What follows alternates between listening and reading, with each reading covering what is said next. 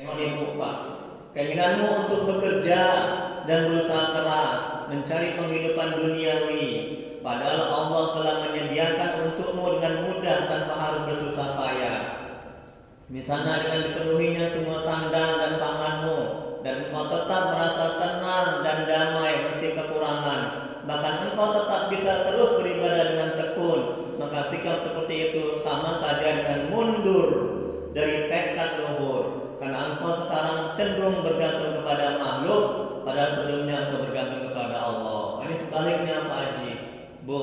Ya, ketika seseorang itu sudah ditetapkan Allah di maqam tajrid, sudah ditentukan Allah di maqam tajrid, maka kedudukan di mana dia nggak susah payah lagi bekerja. Ini wali-wali Allah yang Allah bilang dalam Al-Quran. Ini orang-orang soleh, orang yang sudah mengenal Allah. Ya, kerjaannya zikir aja, ibadah aja. Nah, ibadah, rezeki sudah dikasih Allah dari segala macam arah. Seperti Allah bilang dalam Al-Quran, barang siapa yang beriman dan bertakwa kepada Allah, maka akan aku berikan kemudahan rezeki dari tiada yang disangka-sangka, dari segala arah. Ya.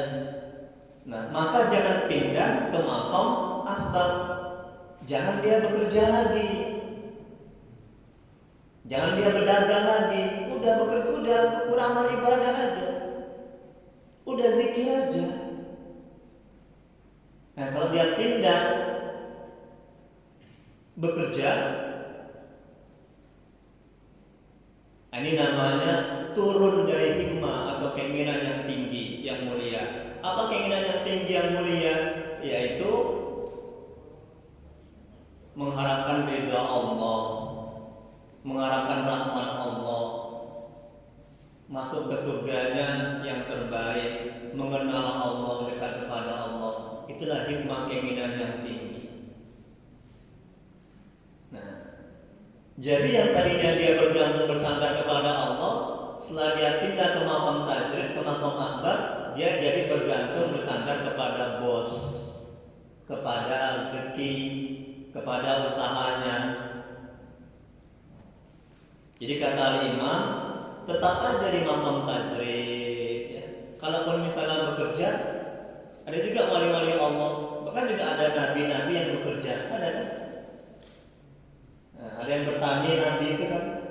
Wali-wali Allah juga seperti Syekh Al-Imam Junaid Al-Baghdadi, semoga Allah merahmati dan meridainya.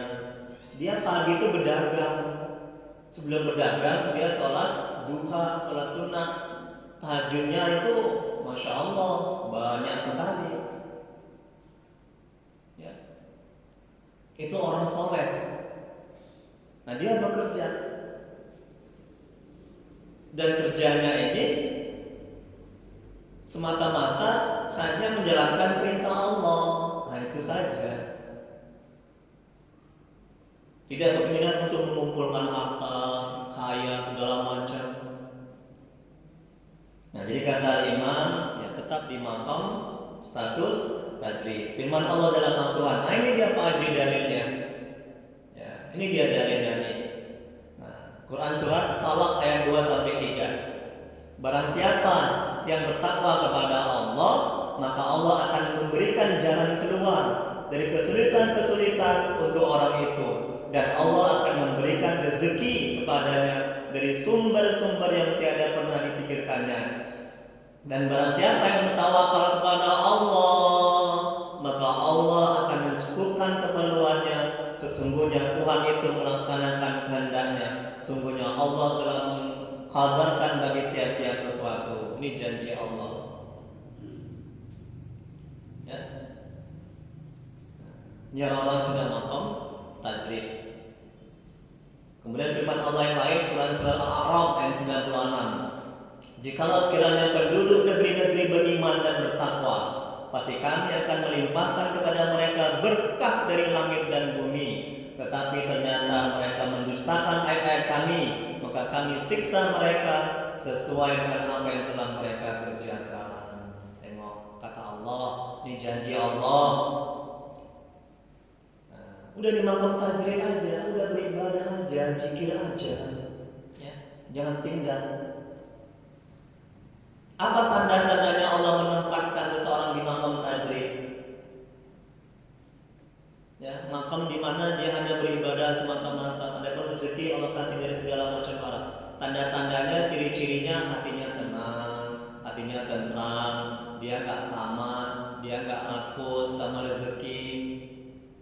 Kemudian dia bisa menjalankan amal ibadah, menjalankan perintah Allah, meninggalkan larangan Allah. Dia bisa beramal ma'ruf nahi mungkar. Dia semakin dekat kepada Allah, semakin mengenal Allah. Ini tanda-tanda seseorang didudukan oleh Allah di makam tajrid.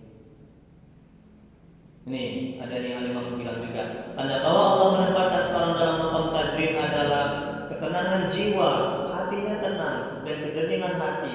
Maka menurut ahli ilmu tasawuf, agar ia tidak turun ke makam asbab.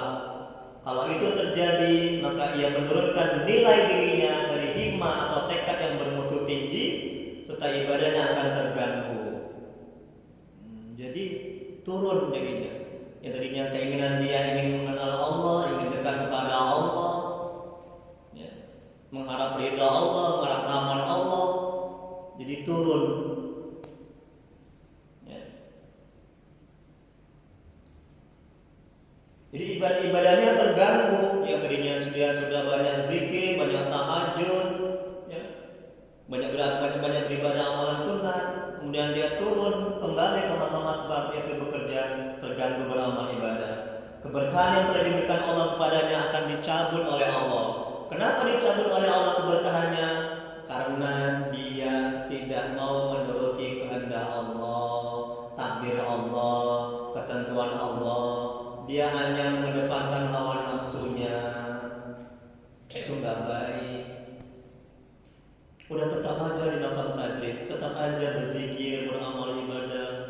Nah, kalaupun misalnya bekerja sebagai untuk menjalankan perintah Allah aja, menjunjung perintahnya, ya.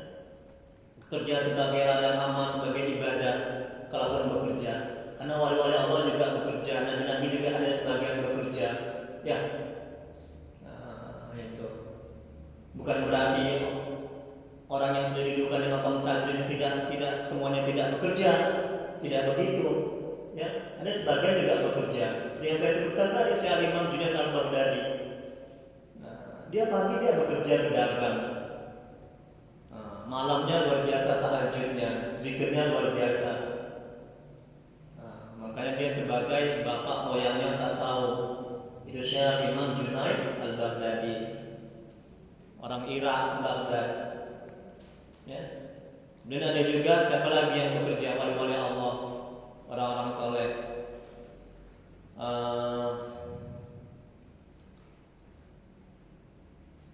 Banyak. Saya nggak ingat lagi. Kemudian berikutnya, jika Allah memasukkanmu pada suatu, maka Allah akan menolongmu atas hal itu. Sedangkan jika engkau memasuki suatu lantaran keinginanmu sendiri, maka hal itu akan dibebankan kepadamu. Tengok nih Bu. Ya. Jadi kalau misalnya Allah memasukkanmu pada sesuatu, maka Allah akan menolongmu.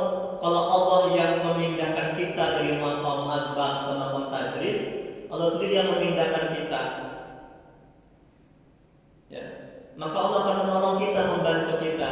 Tapi kalau kita sendiri yang pindah dari makam asbab ke makam tajrid, Allah lepas tangan.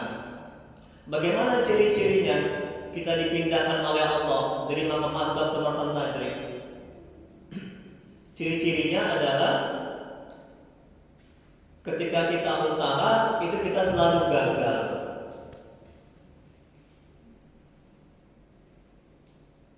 Yang kedua, ciri-cirinya kita dipindahkan Allah ke makam tajrid, kita susah untuk beramal ibadah di kerjaan yang itu.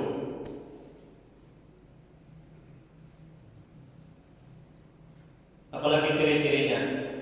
Nah, di sini nanti ada nih di halaman 3. Kemudian berikutnya, cara masuk yang benar ialah engkau dimasukkan oleh Allah ke dalamnya, bukan atas keinginanmu, dan hal yang sama juga menyangkut cara yang keluar yang benar. Yang dituntut oleh Allah adalah agar engkau tetap berada pada posisi di mana mana Allah menempatkanmu, sehingga Allah sendiri yang berkenan untuk mengeluarkanmu, sebagaimana Allah telah memasukkanmu. Jadi yang terakhir, nah ini Bu, Pak, tolong dipahami. Tanda-tanda orang yang direstui atau diridhoi Allah menempati makom asbab. Makom di mana di samping kita beribadah, di samping kita bekerja, kita juga beramal ibadah. Yang pertama, usaha kita cukup untuk kebutuhan dan bahkan membantu orang lain. Terus yang kedua, usaha kita tidak melalaikan ibadah kepada Allah. Yang ketiga, usaha kita tidak menarik ke jalan yang diharamkan Allah. Yang keempat, usaha kita yang baik-baik dan bergaul dengan orang yang baik-baik. Yang kelima, usaha kita menjauhi orang-orang yang jahat dan usaha yang tidak baik. Yang keenam, adanya niat yang soleh. Bila tanda-tanda yang enam ini susah kita dapatkan, diperhatikan Bu, Pak. Bila tanda-tanda yang enam ini susah kita dapatkan, pindah ke usaha lain. Udah? Bila tidak bisa juga, pindah ke makom tajrid. Itu dia. Udah beribadah aja, zikir aja. Sebaliknya, tanda-tanda orang yang direstui atau diridhoi di makom tajrid adalah: yang pertama, Allah memudahkan bagi kita kecukupan. Yang kedua, Allah jadikan diri kita tenang, tentram ketika tidak ada harta. Yang ketiga, tidak ada tamak dengan milik orang lain.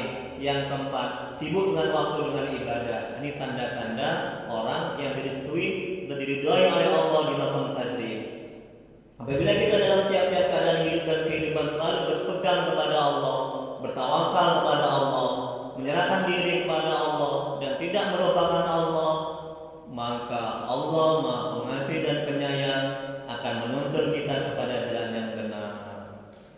Jadi dalam hikmahnya Al-Imam mengatakan, balik yang pertama, kehendak Anda kepada tajrid akan mengkhususkan diri untuk beribadah semata-mata. Di samping Allah mendirikan, meletakkan Anda di dalam asbab atau usaha lain adalah merupakan syahwat yang tidak nampak dan dilihat. Kehendak Anda kepada asbab, di samping Allah mendirikan Anda ke dalam tajrid, berarti turun dari hikmah hasrat yang maha tinggi. Jadi kalau Allah sudah menetapkan kita, mentakdirkan kita, mendudukkan kita di makom asbab, makom atau kedudukan di mana di samping beramal ibadah kita bekerja, di samping kita bekerja kita bisa beramal ibadah, tenang hati kita, tentram hati kita bisa beramal ma'ruf nahi munkar, tetap aja kita di situ. Jangan kita berhenti bekerja. Sebaliknya, ketika Allah sudah menetapkan kita, mendudukkan kita di makom tajrid, maka pada kedudukan di mana seseorang sudah dimudahkan rezekinya, ya, dia ibadah aja, zikir aja, ya, nah tetap aja di makom tajrid, jangan pindah ke makom asbab, karena itu merupakan himmah atau keinginan turun dari keinginan yang maha luhur yang tinggi. Wallahu a'lam, hanya Allah yang maha mengetahui. Silakan Bapak Ibu mungkin ada yang berdiskusikan. Kalau saya sudah jawab, saya jawab. Kalau nggak bisa, nanti pertemuan yang akan datang jawabannya.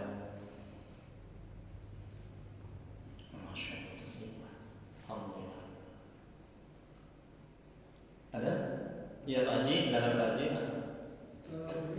Ya.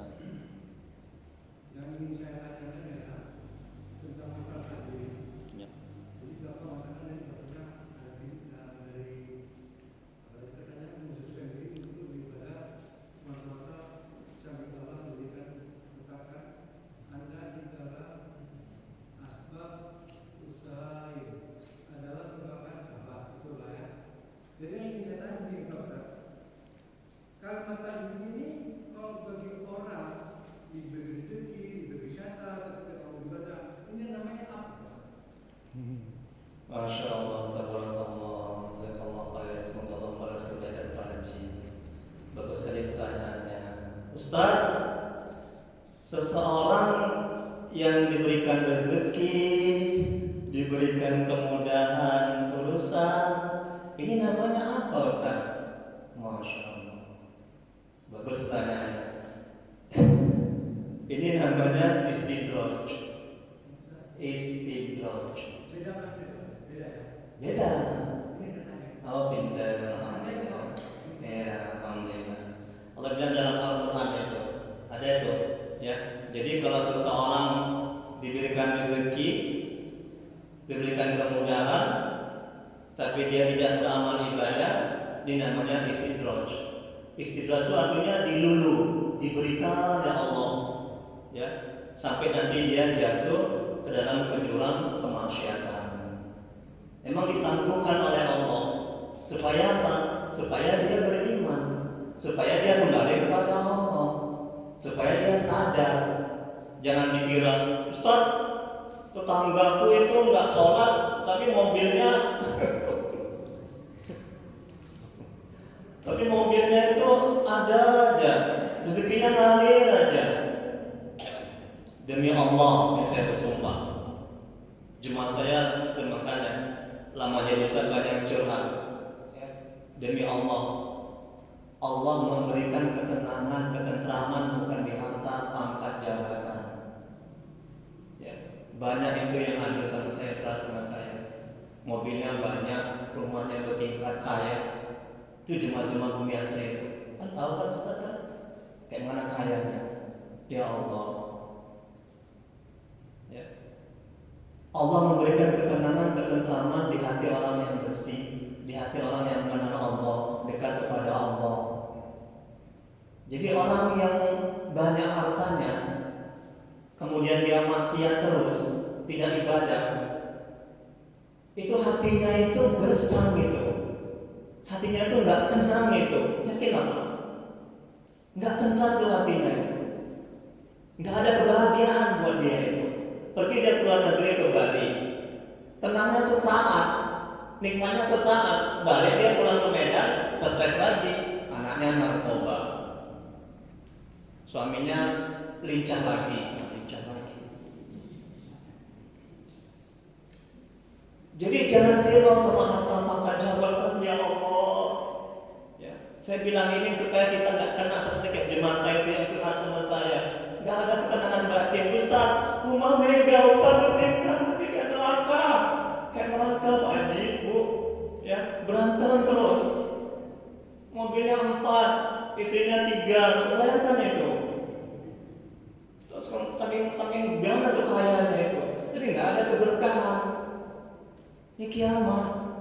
Jadi jangan silau ya Pak Haji ya. Lihat orang yang nggak ibadah tapi rezekinya banyak. Jangan. Demi Allah tidak akan tenang hatinya itu. Tapi kalau jumpa orang kayak gini jangan kita doakan, jangan kita bilang hatinya ini nggak tenang ini dia nih. Ya. Dia ini nggak sholat tapi banyak rezekinya. Jangan bilang begitu ya.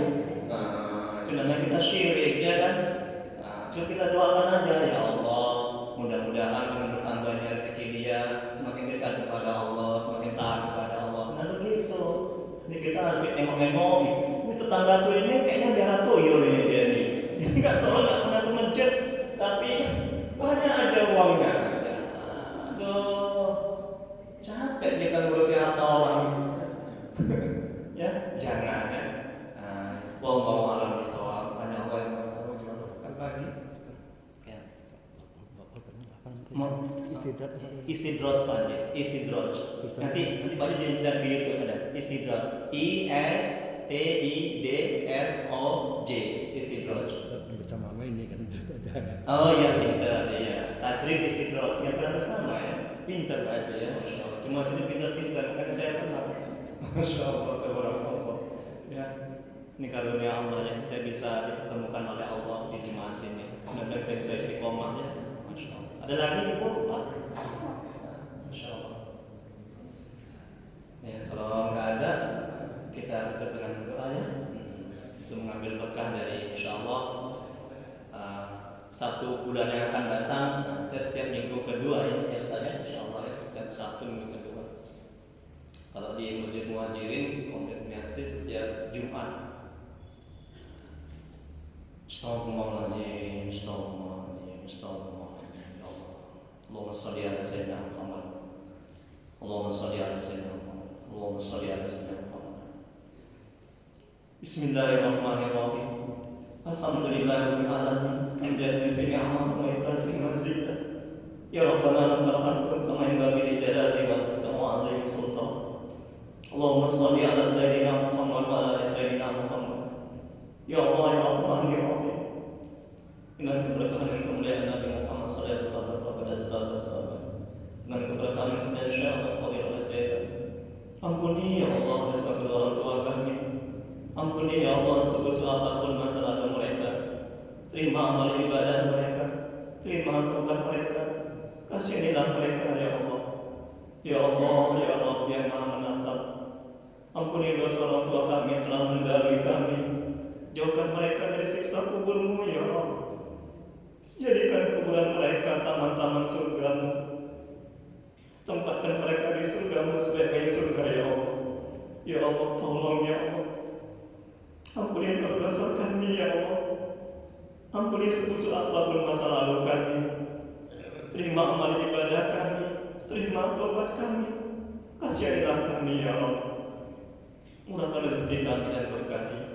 Mudahkan urusan kami dan berkahi. Panjangkan umur kami dan berkahi ya Allah. Ya Allah yang Maha Bijaksana. Jadikan keluarga kami keluarga yang sakinah mawaddah warahmah. Jadikan anak-anak kami anak soleh dan solehah ya Allah. Jauhkan kami dari musibah dan bala bencana. Jauhkan kami dari perbuatan syaitan, jin, dan orang-orang yang punya jahat kepada kami ya Allah. Ya Allah, tolonglah ya Allah. Tuntun hati kami agar bisa istiqomah di jalan-Mu. Mudahkan kami untuk bisa taat kepada-Mu. Kuatkan iman kami ya Allah, untuk tidak buat maksiat kepada-Mu ya Allah. Ya Allah, ya Allah. Mohon ya Allah, tolong ya Allah, buat hati kami agar ridho atas ketentuan yang Kau berikan ya Allah. Buat hati kami agar bisa bersabar atas takdir yang Kau tentukan ya Allah. Ya Allah, bila mana jemaah ini keluarga kami ada yang mengalami musibah, mohon angkat musibahnya ya Allah. Bila mana jemaah ini di antara kami ada yang sakit, tolong ya Allah angkat penyakitnya ya Allah. Beri kesembuhan padanya ya Allah. Sehatkan badannya ya Allah. Rabbana atina fid dunya hasanah wa fil akhirati hasanah wa qina azabannar. Wassallallahu ala sayyidina Muhammad wa ala alihi wasallam. Subhana rabbika rabbil izzati amma yasifun. Wassalamu ala mursalin walhamdulillahi rabbil alamin. Allahumma salli ala sayyidina Muhammad. Taqabbalallahu minkum. Lebih dan kurang saya mohon maaf. Assalamualaikum